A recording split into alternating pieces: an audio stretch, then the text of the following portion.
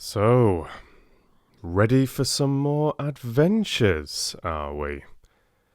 I'm very glad to hear that. What are we thinking so far about Loki and Thor?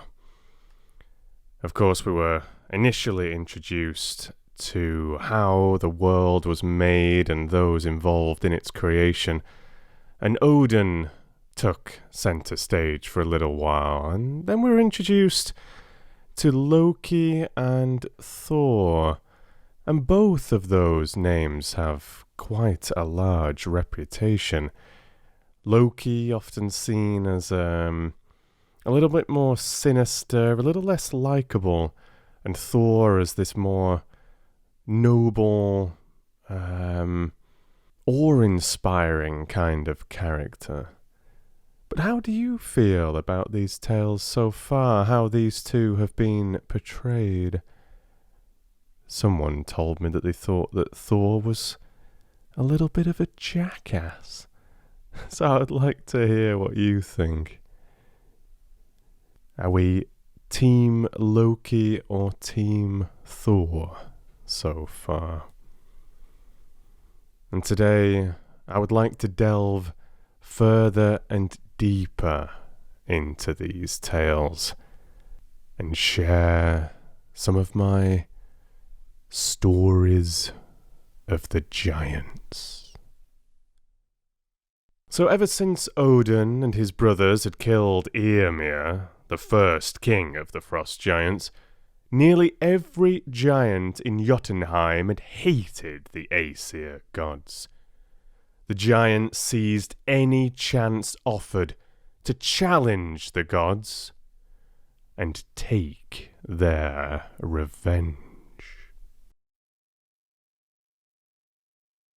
Hrungnir, the stone giant, was sitting outside his cave in Jotunheim, gouging great lumps of rock out of the ground. Soon he had a towering pile. "These will be perfect for hurling at gods," he chuckled. At the sound of hoofbeats, he looked up, a grim smile on his face as he recognized Odin, All-Father of the Aesir. "How dare you show your face in Jotunheim, you one-eyed snake?" Hrungnir shouted, flinging a rock at him. Odin ducked and charged forward, the rock passing harmlessly over his head. Hrungnir grabbed another rock and threw again. "I can keep dodging rocks all day," said Odin. "But why are you throwing them at me?" "You arrogant gods need to learn that you can't come to Jotunheim without paying a price," Hrungnir snarled. "We Aesir go where we please," retorted Odin, looking the giant square in the eyes. "We can outfight, outthink, and even outrun the best of you. My horse, Sleipnir, is the fastest in the 9 realms. You couldn't catch me if you tried." And with that, Odin thumbed his nose at Hrungnir, turned his horse, and sped off back up the mountainside. "You won't get away from me that easily!" cried the giant. He put his fingers in his cavernous mouth and whistled. Immediately, a fine stallion trotted up. "Go, Gulfaxi!" Hrungnir roared at his horse, swinging himself up and charging past Odin. At the top of the mountain, Hrungnir stopped and sneered. "My Gulfaxi's 1,000 times faster than your puny, 8-legged spider pony." "Oh, so it's a race you're after," taunted Odin. "If you want to see how fast Sleipnir can really go, hold tight to your horse's mane. We don't slow down for hills or forests, not even for great flowing rivers." Hrungnir grunted, and the race was on. At first, Gulfaxi pulled ahead of Sleipnir. He knew the mountain paths of Jotunheim well. But Odin wasn't worried. They were fast approaching a vast ocean, where he was sure he would take the lead. Sleipnir had a secret. He could fly. Odin urged Sleipnir on, up and over a cliff, and together they soared into the sky. Looking back, Odin laughed to see Hrungnir and Gullfaxi plummeting into the waves below. But his laughter stopped abruptly as the giant and his steed rose out of the sea. Gullfaxi's legs created a great blur of motion, working so fast that his hooves skipped across the water. Eventually, the ocean gave way to land, and the race continued across the fields and forests of Midgard. It was dusk by the time Odin and Hrungnir galloped up to the foot of Bifrost, the Rainbow Bridge. Heimdall, the guardian of Asgard, saw the two riders approaching over the bridge. "Come on, Odin!" he shouted. "You can't lose to that ugly, rock-faced monster!" The pair were neck and neck as they reached the gate of Asgard. "Odin! Odin!" chanted the gods who had gathered along the walls to watch. But Hrungnir refused to give in. Gullfaxi matched Sleipnir stride for stride, until the two horses came skidding to a halt at the doors of Valhalla itself. There was nowhere for the competitors to go. The race was over, in a dead heat. "Well done, Hrungnir," said Odin, extending a hand to his opponent. "You nearly beat me."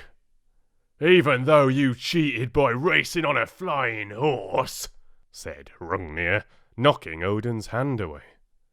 "Are you going to argue with me here, outside my own hall?" demanded Odin. Hrungnir dismounted and looked around, realizing for the first time that he was trapped deep in the realm of his enemies. "You tricked me!" he shouted at Odin. "You led me here on purpose so you could murder me!" Odin stared into Hrungnir's eyes, enjoying the giant's look of fear. But then his own eye twinkled, and the sides of his mouth lifted into a broad grin. "Now is not the time to fight," he declared. "It's time for a feast to celebrate the greatest race that was ever run." Hrungnir stumbled through the doors of Valhalla and sat down warily. He couldn't quite believe Odin's words. He called for a goblet of mead and gulped it down. "I'll say this for you, Aesir. You know how to mix fine mead. Now bring me my food, and plenty of it." The gods laughed and sat down to join him. But as the evening turned into night, Hrungnir's hatred for the Aesir resurfaced. He started flinging insults at his hosts. "You sneaky gods with your dirty tricks! You thought you could trap me here in Asgard, didn't you? Well, let me tell you, I could outfight any of you. In fact, I'd win even if you all attacked at the same time." "You watch your mouth," said Thor. "And another thing," Hrungnir went on, with a loud belch. "You think you can buy me off with a sip of mead and a few measly roast boar? Call this a feast. More like chicken feed." "But you were just saying how much you liked the mead," protested Tyr, god of war. "I was being polite," snapped Hrungnir, dashing his goblet on the ground. "How dare you!" shouted Thor, rising to his feet and snarling at the giant. "You'd better pick that up and apologize, or else." "Or else what?" "Or else you'll feel my hammer smashing your ugly face to smithereens!" The Aesir were all on their feet, fists punching the air and chanting, "Fight! Fight! Fight!" Hrungnir swung a fist at Thor, but he lost his balance and toppled forward. Thor tried to hit back and was caught by the falling giant. The pair landed in a tangled heap on the floor. Tyr helped them onto their chairs. "Tonight you both need to sleep," he said. "You can finish your fight tomorrow." "Agreed," mumbled Thor. "Let's meet outside the gates of Asgard at dawn." The next morning, Hrungnir woke up, washed his stony face with a handful of gravel, and raced to meet Thor. All the Aesir had gathered along Asgard's wall to watch the impending battle. In the crowd, Hrungnir could see Thor's young son, Magni, smiling and waving. But there was no sign of Thor. "Where is he?" Hrungnir taunted angrily. "Has that coward decided to hide? Let me at him so I can crush his feeble bones." Thor burst open the gates. "Here I am, Flintface. Do your worst." Standing up to his full height, Hrungnir was nearly twice as tall as Thor. "You think you can hurt me, you flesh thing?" he mocked. "Show me your weapon." Thor held out his hammer, Mjolnir. "Ha ha ha ha ha ha!" laughed the giant. "You'll never harm me with that tiny thing." He bent down to the ground and lifted up a huge stone slab. It was almost as big as Thor. "Your rock may be large, but you'll have to hit me with it first," goaded Thor, and he began to back away. "That's right, run away, little god," teased Hrungnir. "But don't think that will save you." Thor stopped, a look of anger on his face. "I'm not running away, you fool. I'm just giving myself space to do this." He swung back his arm, then flung Mjolnir through the air. The giant just had time to throw his stone at the hammer, hoping to block it. But Mjolnir was simply too powerful. It smashed the stone slab into pieces and kept on going. Hrungnir's eyes widened in fear, then went dead as the hammer punched right through his stone heart. Thor ducked as shards of flint flew through the air. One of the shards drilled into his forehead and he cried out in pain. But the real danger was still to come. Hrungnir was falling to the ground. Thor tried to run, but there was nowhere to go, and the mountainous giant crashed on top of him. Thor was trapped. He desperately tried to shove the monster away, but the dead weight of Hrungnir was too much.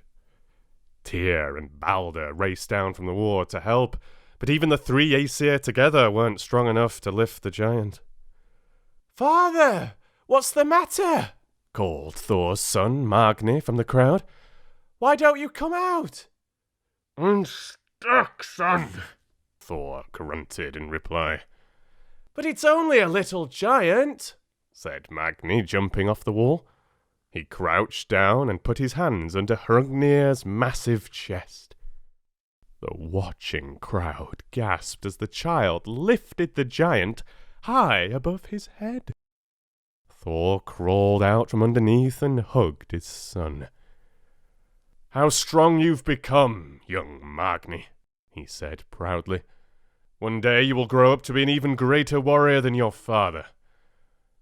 Here, you should take Hrungnir's horse, Skullfaxi. Hrungnir won't be needing him anymore." The Aesir cheered, and Thor basked in the glory of another famous victory, another giant defeated. But although Hrungnir had lost his life, he'd won a measure of revenge against the gods. From that moment on, every time Thor went into battle, he felt a searing pain from that piece of flint that had lodged in his brain.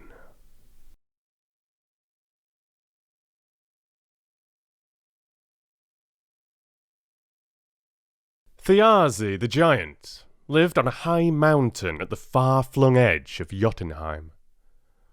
On clear days he transformed himself into an eagle, swooping as close to the walls of Asgard as he dared. On soaring wings he spied on the gods below, watching and listening, until he uncovered a secret so powerful he hoped it would bring down the gods themselves. In a little corner of Asgard, he'd spotted a beautiful orchard, and in the middle of that orchard stood a tree like no other, its branches laden with golden apples. Thiazi watched as a young goddess picked a basketful of the apples, then gave one to each of the gods to eat. Almost instantly, the gods began to shimmer with a golden glow.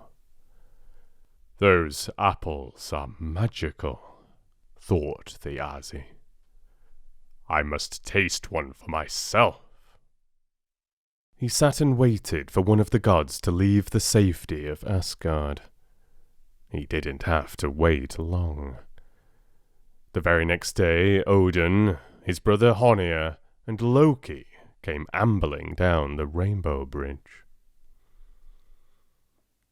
"Remember to get into your disguises before we reach Midgard," said Odin. "We don't want to startle any humans we might encounter." Thiazi watched the trio put on old hunting cloaks and hats. He took on his eagle form and followed them as they entered Midgard. When the gods eventually stopped to rest, Thiazi hid himself in the branches of a tree. "I'm hungry," Hrungnir complained. "You and your stomach," said Loki. "All you ever talk about is food. But if it'll keep you quiet, let's eat that boar over there." Loki killed the boar with ease, then brought it over to Hrungnir. "Well, aren't you going to help me cook it, lazy bones?" demanded Loki. "You cook it, Loki," ordered Odin. "After all, my brother and I are your elders and betters." The two gods laughed while Loki set to work, mouthing silent curses at his companions. He quickly made a fire and soon had the boar carcass roasting on a spit above it. "Isn't the food cooked yet?"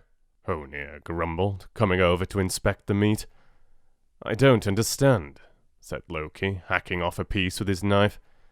"It's still raw." "Don't play the fool with me, Loki," stormed Odin. "This is one of your tricks." "I swear this isn't a trick," protested Loki. "At least it's no trick of my doing." At that moment, Thiazi flew down from his perch. "Loki is right," he called. "It's not his fault the boar isn't cooking. It's mine." "Wretched bird!" shouted Hrungnir, trying to bash the eagle with his club. "What foul magic is this? How dare you keep me away from my supper?" But the bird easily flew out of his reach. "I'll make you a deal," said Thiazi. "If you let me have the first bite, I'll undo my spell." "I don't trust him," hissed Loki. "I'm still hungry," Hrungnir muttered back. "Let's just agree so we can eat." Odin gave a nod, and Thiazi breathed onto the fire, which roared and crackled in response. Soon the boar was cooking beautifully. "Remember, I get the first bite," called Thiazi. When the meat was done, he swooped onto the boar, gnawing at it with his powerful beak, while the others looked on in envy. Then, without warning, he began to beat his enormous wings, taking to the air with the boar clutched in his talons. "Thieving bird!" Odin howled in rage. Loki picked up his staff and thrust it as hard as he could at Thiazi. The staff stuck fast to the bird's side, but Thiazi kept beating his wings and soared ever upward, taking Loki with him. "Let go, you fool!" Odin called out. "I can't!" shouted Loki. "That wicked bird is using magic to bind my hand to the stick." Thiazi cackled and swooped down low over a thorn bush. Loki screamed in pain as he was dragged through the thorns. "Let me go!" he demanded. Thiazi cackled once more, flying onto a distant cliff top. He landed at the very edge of the cliff with Loki dangling above the sea. "I'll set you free if you make me a promise." "Anything!" begged Loki, staring in horror at the churning waves. "I want to eat one of your golden apples." "But I don't have any. Eden, the goddess who tends the orchard, keeps them all." "Then bring Eden and her apples to me." Loki hesitated, and Thiazi took off again, threatening to drag Loki through the thorn bush once more. "No, please, let me go!" Loki cried. "I'll do it. Wait for me at the bottom of Bifrost, and I'll bring Eden to you." "You'd better," said Thiazi. He released Loki, letting him drop to the ground, then flew away. Muttering curses, Loki hobbled back to his companions.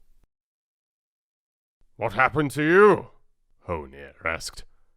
"That beastly bird dragged me through the prickliest bush and the sharpest stones he could find," whined Loki. "But I managed to break his spell. He flew off before I could teach him a lesson, though." "Is that really what happened?" asked Odin. "Would I lie to you?" Loki replied. "Yes," said Odin and Hrungnir together. "But never mind that now," continued Hrungnir. "Let's go home to Asgard and get something to eat." But Loki wasn't hungry. As the others headed off to eat, he crept over to the orchard. "Sweet, beautiful Eden," he began. "You are a kind goddess. Won't you take pity on a poor, bruised wretch and let me have one of your apples to heal my aching body?"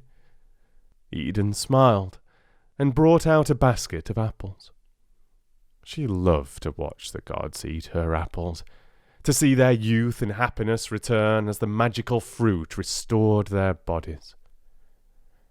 She was so entranced watching Loki's face that she didn't notice him stealing a second apple from her basket.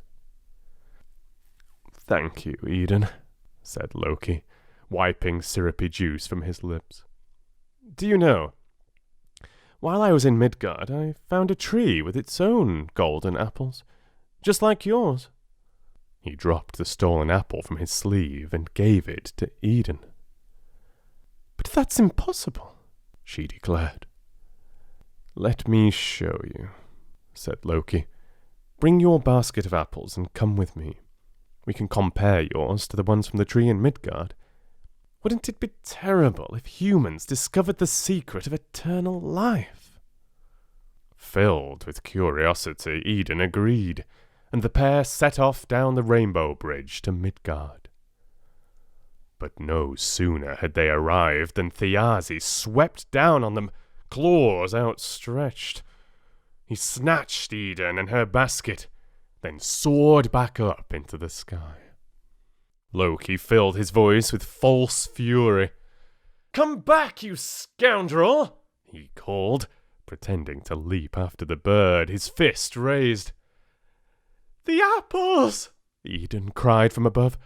"What will you do without them?"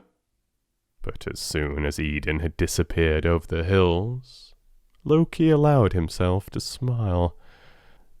"I'll miss Eden and her apples," he thought. But won't it be fun seeing what happens now that she's away? At first, the gods of Asgard didn't even notice Idun was missing. But then, as the weeks passed by, they began to feel old and weary. Worse, they began to fall sick, and no god had ever been sick before. "Frigg, help me," Odin sniffed through a runny nose. "Use your magic healing powers to cure this strange affliction." "I wish I could," replied Frigg, "but I'm so tired all the time. My legs feel so heavy I can barely move, let alone cast a spell. What we really need is one of Eden's golden apples." "But where is she?" moaned Thor. "Oh, if I only had the strength to lift my hammer, I'd smash my way out of this mess." "It wouldn't help," grumbled Frey. "Some problems need brains, not brawn." "Speaking of brains," Hrungnir chimed in, "where's Loki? He's the only one who managed to get up and leave the hall." "Loki! Loki!" chorused the gods in hoarse, wheezing voices.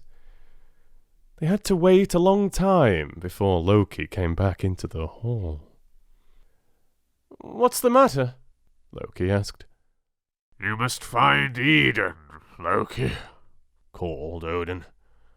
"We need her golden apples to restore our youth." "I wonder where she could be," mused Loki. "I think Loki knows exactly where Eden is," muttered Thor as he watched Loki leave. "We'd better try to follow him." But Loki had vanished. He was the last to eat an apple, and he still had the energy to skip to Freya's house, steal her falcon cloak, and fly away. Loki headed straight to Thiazi's mountain hall, where he found Eden in a high tower, all alone. "You rotten scoundrel!" she cried. "Thiazi told me how you helped him to kidnap me." Loki laughed dismissively. "Come now, is that any way to talk to your rescuer?" Just then Loki and Eden heard footsteps outside. Thiazi burst into the room as Loki cast a spell that transformed Eden into a nut. Loki grabbed her in his falcon claws and dived out of the window, beating his wings hard. But in an instant, Thiazi the eagle was after him, a sharp beak snapping at his falcon tail. "Fly, little falcon," taunted Thiazi. "I'll catch you and then I'll kill you." Loki knew he couldn't outfly the eagle. Like the other gods, weakness and sickness were finally creeping up on him. He flapped his aching wings harder, desperate to reach Asgard. By the time he could see the wall, Thiazi was looming above him. Loki shouted to the gods who were watching, "Make a fire, and hurry!" The Aesir summoned the last of their strength to build a pile of burning wood on Asgard's wall. Loki swooped over the flickering flames just in time. As Thiazi followed, the flames leaped in the air, catching at his wings. With a screech, Thiazi tumbled down, a bundle of burning feathers. He plummeted past Asgard's wall and landed with a dull thud on the ground far below. It was followed by a roar as he became a giant once more. "I'll get you, gods!" he fumed. "Oh, no, you won't," said Thor. He hoisted his hammer over the wall, and it fell with a deadly smack on Thiazi's head. Loki dropped the nut into Frigg's hands, and everyone cheered when it transformed into Eden, still clutching her basket of apples. One by one she gave them to the gods, restoring their health and their beauty. Loki was last of all. She held an apple out to him, then paused. "I'm not sure you deserve this, Loki," she said. "Of course I do," he retorted. "After all, I did rescue you. All of you, in fact." The gods roared in anger, but Loki was too quick.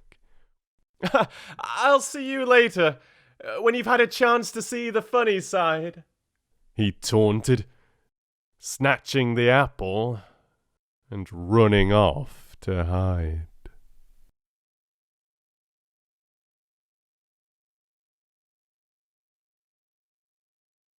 "Hey, Loki, where are you off to?"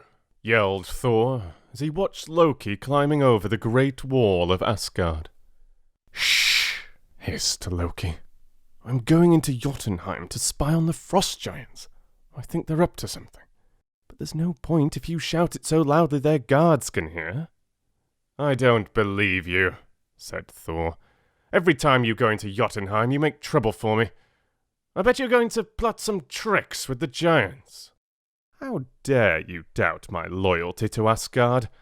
Haven't I always helped you beat the frost giants?"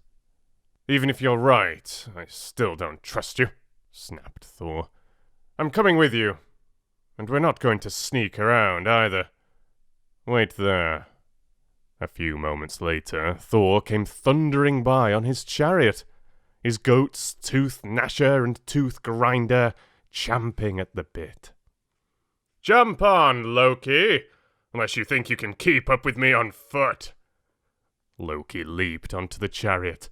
Thor cracked his whip, and together they sped off to Jotunheim. They rode the chariot for a whole day, but didn't find a single giant. "Bah!" grumbled Thor. "I thought I'd have fought at least 10 giants by now, and I'm hungry. Let's find somewhere to stop for the night." "There's a hut over there," suggested Loki. But as he spoke, the goats gave a loud bleat and reared up. Thor and Loki were flung from the chariot. Thor sprang to his feet, hammer in hand, only to see a young boy in front of him. "Where did you come from, little boy?" he boomed angrily. "From my house, over there," said the boy. "And what's a human child doing in Jotunheim?" Loki asked suspiciously. "Jotunheim?" said the boy. "We're not in Jotunheim. This is Utgard, the Outlands." "Curses!" cried Thor. "We're not even in the right place. And who might you be?" "Thialfi, the Swift," replied the boy proudly. "Ha! Thialfi the Swift," mocked Thor. "I bet you're not as fast as my 2 fine goats here." "How about a race? From here to my house," said Thialfi, pointing to the hut in the distance. "I never back down from a challenge," said Thor. "And I never lose, either." Thor and Loki took their places in the chariot, and the race was on. Thialfi sprinted into the lead. Thor spurred his goats forward, but he couldn't catch the boy. When they reached the hut, Thialfi wasn't even out of breath. "Cheat!" said Thor. "I wasn't ready. That race doesn't count." "Ignore him," said Loki, chuckling. "Thor is just a sore loser." Thor snorted. "I'll beat you yet, Thialfi. First, though, I need food and rest. What can you offer 2 starving guests?" You're very welcome to sleep here, but my family has no food. The giants of Utgard have stolen everything from us. If you have no food, we'll have to use our emergency rations, said Thor. He took his hammer and slammed it onto Tooth Gnasher's head, killing the goat instantly. Then he struck Tooth Grinder too. What are you doing? Asked Loki. Making supper. Don't worry, the goats will be fine in the morning. Thor is a simpleton, thought Loki. But even he can't be as simple as that, surely. Thor cooked the 2 goats, and everyone ate heartily. Just be careful not to break the bones, Thor said. Now I'm off to bed. Good night. But Thialfi hadn't eaten this well for weeks. He couldn't resist. He waited until the others were asleep, then broke open Tooth Grinder's thigh bone and sucked out the marrow. Thor won't notice if I put it back together, he thought. The next morning, Thor gathered all the bones and placed them in 2 separate piles. He stood between them, swirling Mjolnir over his head. The hammer whirled with such speed a great wind whipped the bones into the air. Loki and Thialfi looked on in wonder as the spinning bones took on new flesh and hair, and the goats gradually reformed. The pair bleated with the shock of their strange rebirth, but then smiled in triumph as they stretched their legs and walked around. "What's this?" roared Thor with anger. "Why is Tooth Grinder limping? Somebody broke a bone, I know it." "It was me," said Thialfi, cowering on his knees. "How can I make it up to you?" "From now on you will be my servant." "Forever?" gulped Thialfi. "Forever," repeated Thor, hoisting the boy into his chariot. Then, with a crack of the whip, they were off once more. Oddly, a second day's journey brought them no closer to the frost giants. "Where are they?" Thor complained once they'd stopped for the night. "I need to hit something, and soon." "I don't understand it," said Loki. "We should be in Jotunheim by now." "Are you telling me we're lost, Loki?" asked Thor, annoyed. "No," said Loki, glaring at Thor. "But it's getting dark, and I think we should rest. We can work out a plan in the morning." "And then we can fight some frost giants?" "Yes, Thor. Tomorrow we'll find you a nice big giant to hit." "Come and see!" Thialfi called from up ahead. "I found a cave where we can sleep." "How strange," commented Thor as they walked around it. "It has 5 separate chambers." "Perfect," Loki teased. "I won't have to sleep next to you, Thor. You snore like a dwarf." The cave floor was soft and surprisingly comfortable. But next morning, Thor, Loki, and Thialfi woke to feel the cave tilting up towards the sky. "What's happening?" asked Thor in a panic.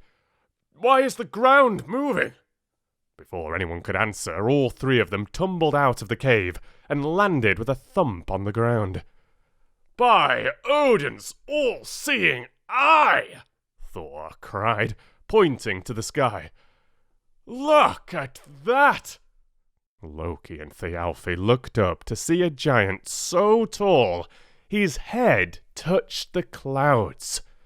In his hand, casting a long shadow over them, was a gigantic glove. "That glove was our cave!" exclaimed Thialfi. The giant yawned and stretched his arms wide, blocking out the sun. "I am the giant Ymir," he said. "And who are you?" he added, bending down for a closer look. "I am Thor, god of thunder," bellowed Thor. "Speak up," said Skrymir, his bearded face looming over Thor's. "I can't hear you." "Beware! I am Thor!" the god shouted at the top of his voice.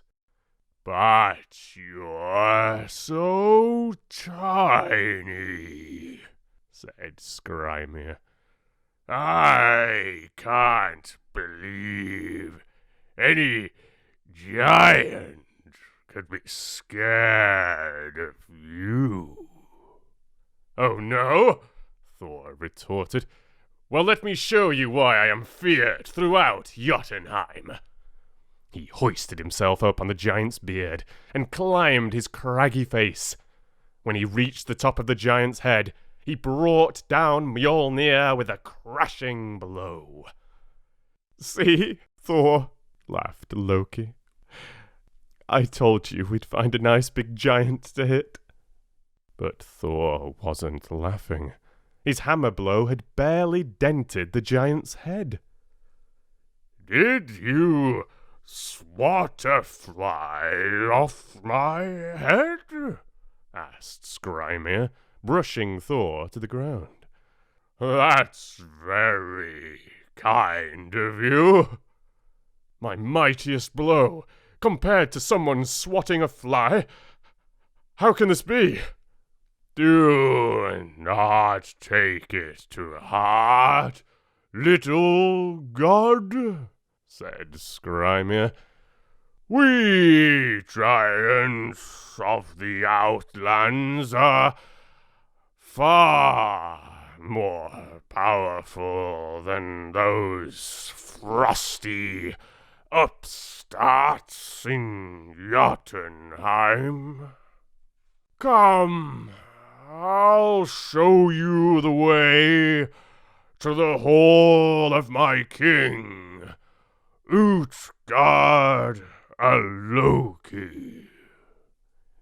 "Slow down!" called Loki, and Skrymir strode ahead. But it was too late. Skrymir's long legs had already carried him far into the distance. "I'll catch up with him," said Thialfi, eager to impress. He took off at a terrific sprint, but even he couldn't keep up.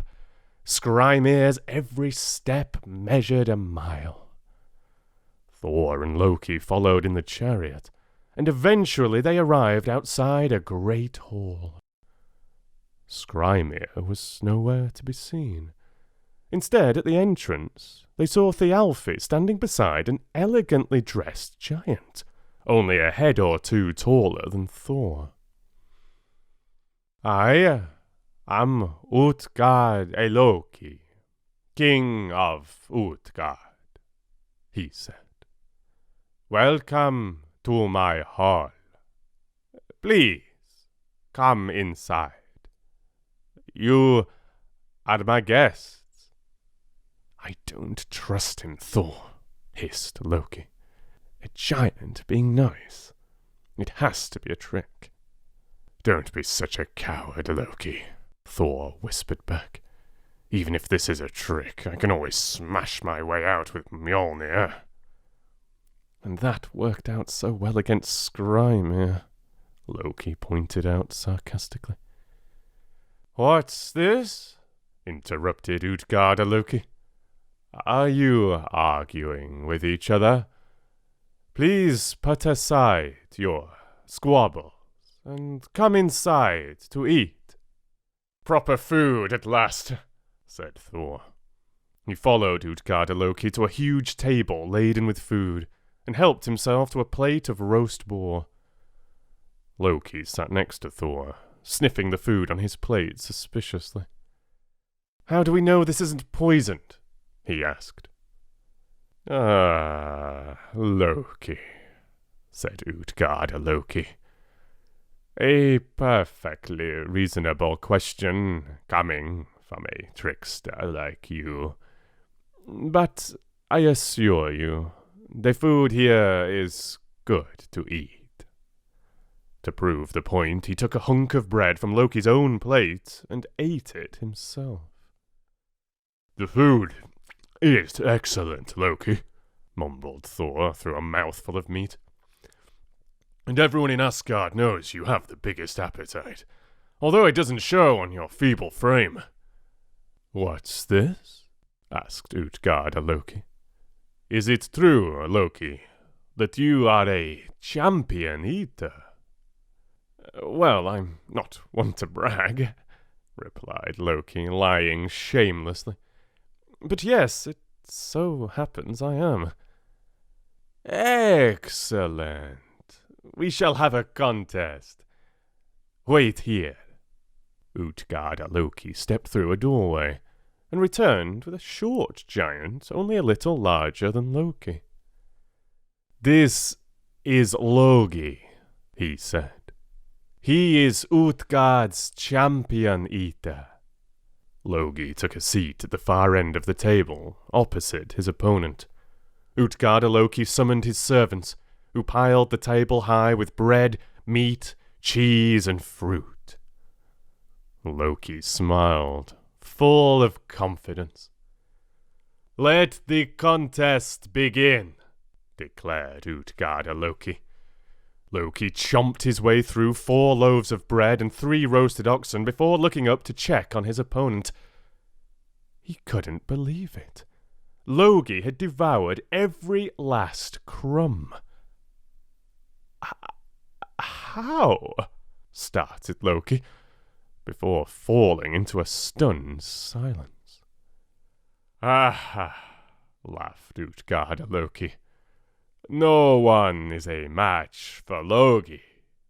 Arrogant scoundrel, cried Thor. I am an Aesir, and I'm a match for anyone. Perhaps you have a skill you'd like to test, Thor, asked the giant king, rubbing his hands with glee. I have a powerful thirst, declared Thor.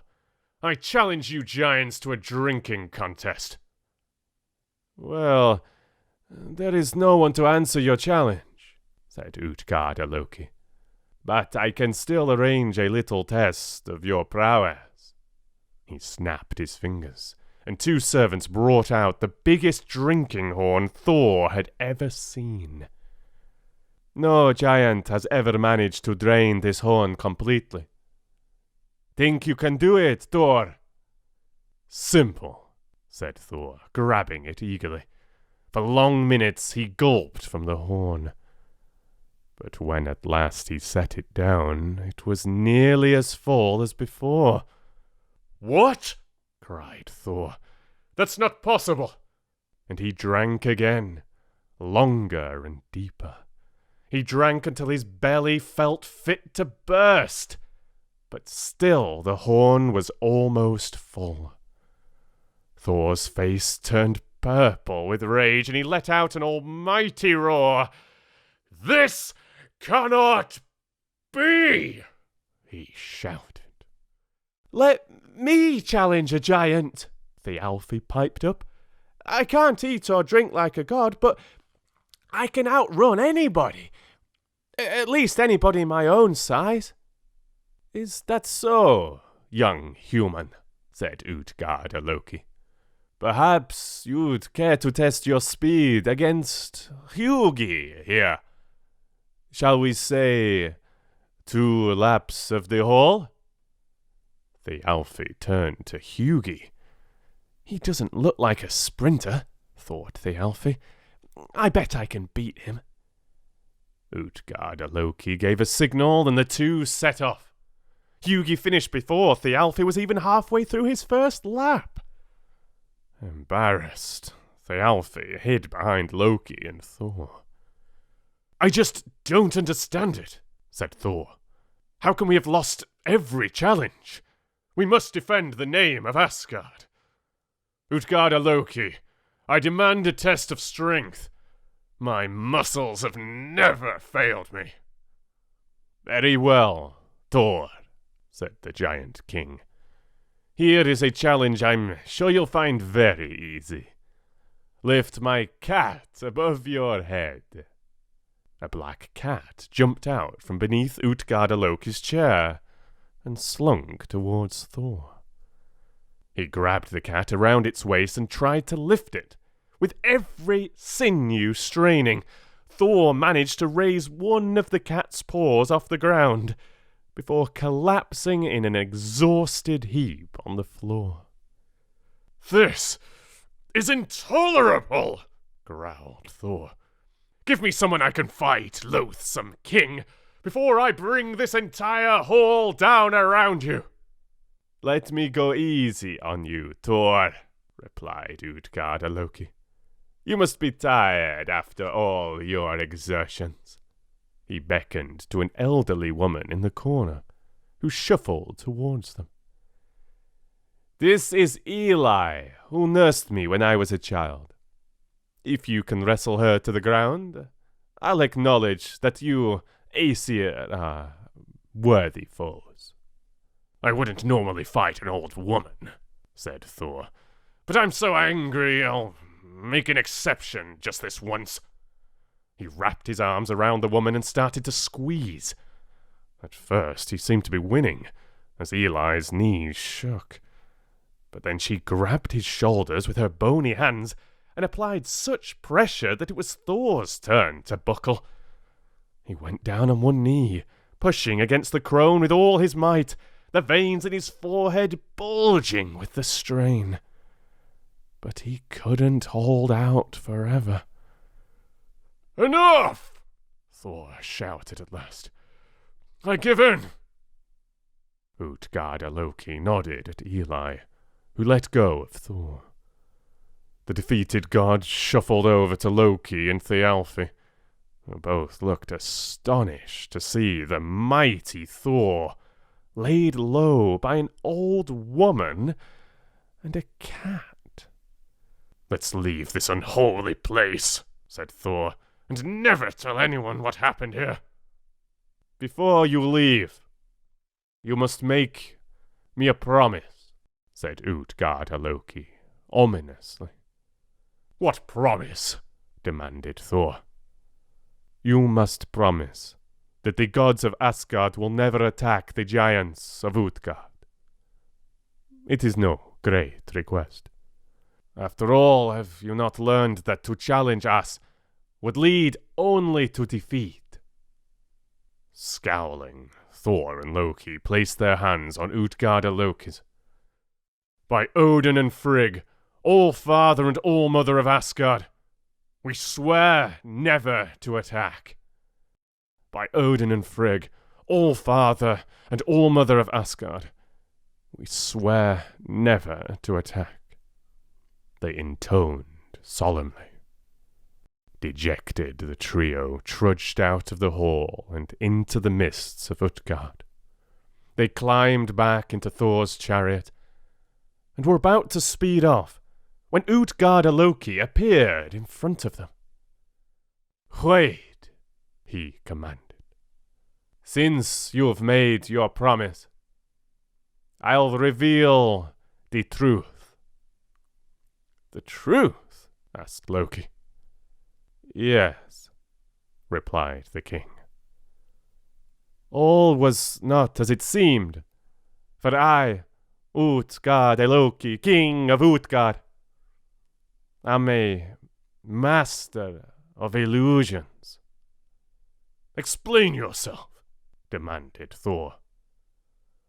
"I first cast a spell to make the cave you slept in appear to be a gigantic glove. Then I took on the guise of Hrungnir, an impossibly tall giant. In my hall, my champion eater Loki was not a giant at all, but fire, the greatest devourer of all. And you, fleet-footed Thialfi, raced against another illusion. Hugi was thought, brought to life. Loki and Thialfi. That you managed even to compete is testament to your power. Thialfi smiled. His spirits lifted a little.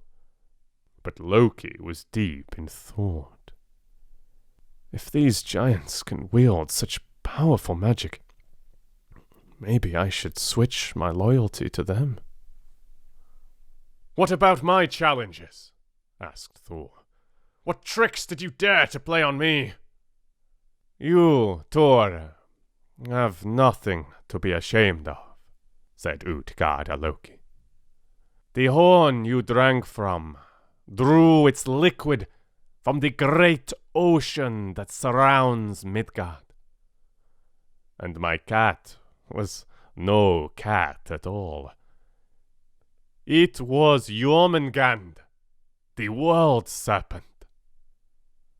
Most impressive of all was your ability to hold your own against Eli, who was old age itself. Even gods must age and die eventually. But you, Thor, fought valiantly against her. Power and skills such as yours would surely bring the Aesir victory in battle against the giants of Utgard. But now, we are safe, protected by your promise. Utgarda Loki opened his mouth wide and laughed heartily. Curse you, wicked giant, Thor hissed through his teeth. We promised not to return, but we're still here and I can still hit you. He raised his hammer and swung it at the king. But the hammer passed harmlessly through him. Loki, Thor, and Thialfi could only watch as the king dissolved into the mist, which cleared away to reveal neither the weird wilds of Utgard, neither the frozen wastes of Jotunheim, but the green fields of Asgard. What trickery is this? Asked Thor, as he led Thialfi and Loki back to his hall. Were we ever in the land of the giants at all? Who knows? Loki shrugged. But with magic that powerful, I don't think we should ever go back.